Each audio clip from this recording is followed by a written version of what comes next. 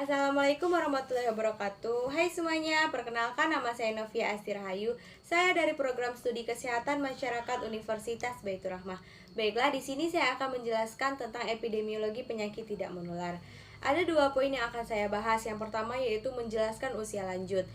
Usia lanjut adalah fase menurunnya kemampuan akal dan fisik yang dimulai dengan adanya beberapa perubahan dalam hidup. Umur yang dijadikan patokan sebagai lanjut usia berbeda-beda, umumnya berkisar antara 60 sampai 65 tahun.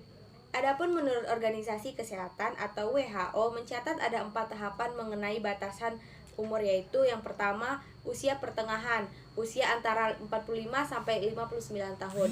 Yang kedua, lanjut usia, usia antara 60 sampai 74 tahun.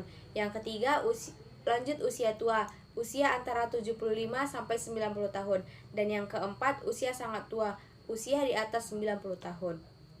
Sehingga dapat disimpulkan disebut lanjut usia adalah seseorang yang telah berumur 65 tahun ke atas.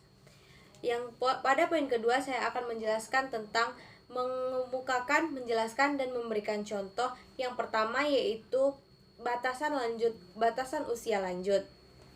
Di Indonesia lanjut usia adalah usia 60 tahun ke atas. Hal ini dipertegas dalam Undang-Undang Nomor 13 Tahun 1998 tentang Kesejahteraan Lanjut Usia pada bab 1 pasal 1 ayat 2. Beberapa pendapat ahli tentang batasan usia adalah sebagai berikut. Yang pertama, menurut WHO ada 4 tahapan. Yang pertama, usia pertengahan, usia 45 sampai 59 tahun. Yang kedua, lanjut usia 60 sampai 74 tahun. Yang ketiga, lanjut usia tua, usia 75 sampai 90 tahun. Dan yang keempat, usia sangat tua, usia lebih dari 90 tahun. Yang kedua, menurut Kementerian Kesehatan Republik Indonesia tahun 2015, lanjut usia dikelompokkan menjadi usia lanjut, yaitu 60 sampai 69 tahun, dan usia lanjut dengan resiko tinggi, yaitu lebih dari 70 tahun atau lebih dengan masalah kesehatan. Yang kedua, perubahan fisik pada usia lanjut. Perubahan fisik antara lain sebagai berikut. Yang pertama, perubahan sel dan ekstrasel pada lansia mengakibatkan penurunan tampilan dan fungsi fisik. Lansia menjadi lebih pendek akibat adanya pengurangan lebar bahu dan pelebaran lingkar dada dan perut. Kulit menjadi tipis dan keriput, massa tubuh berkurang dan lemak bertambah. Yang kedua, perubahan kardiovaskular, yaitu pada ketup jantung terjadi adanya penebalan dan kaku, terjadi penurunan kemampuan memompa darah atau kontraksi dan volume.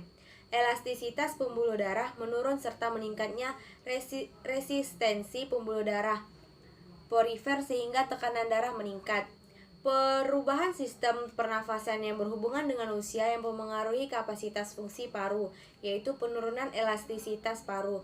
Otot-otot pernapasan kekuatannya menurun dan kaku.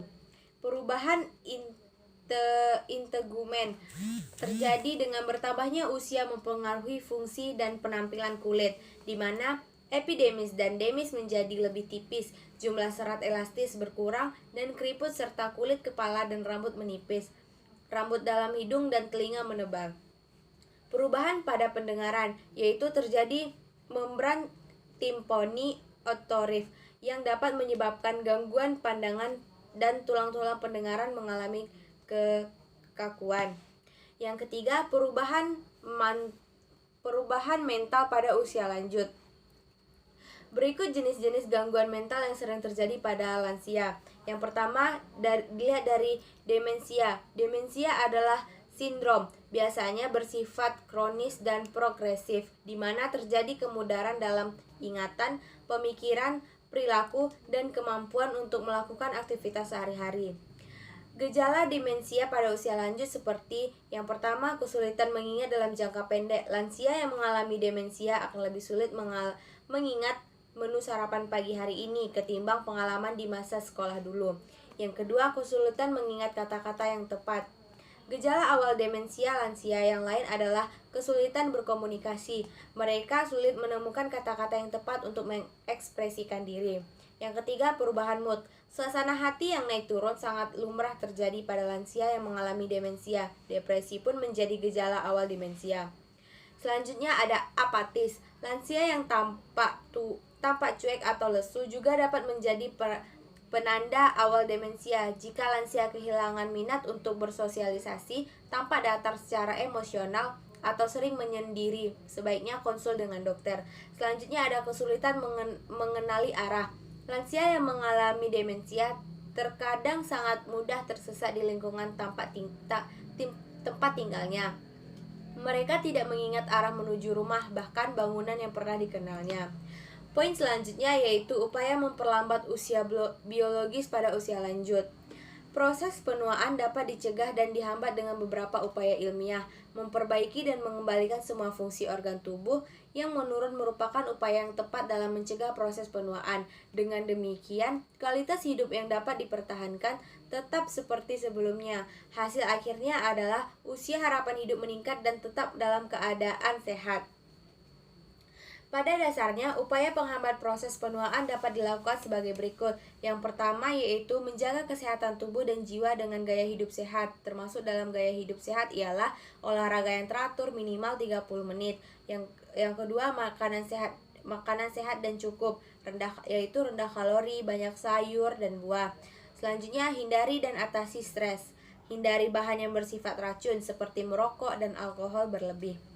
Yang kedua, kehidupan berkeluarga harus berlangsung harmonis, termasuk kehidupan seksual.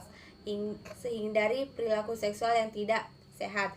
Selanjutnya, jangan merasa sudah tua dan tidak berdaya.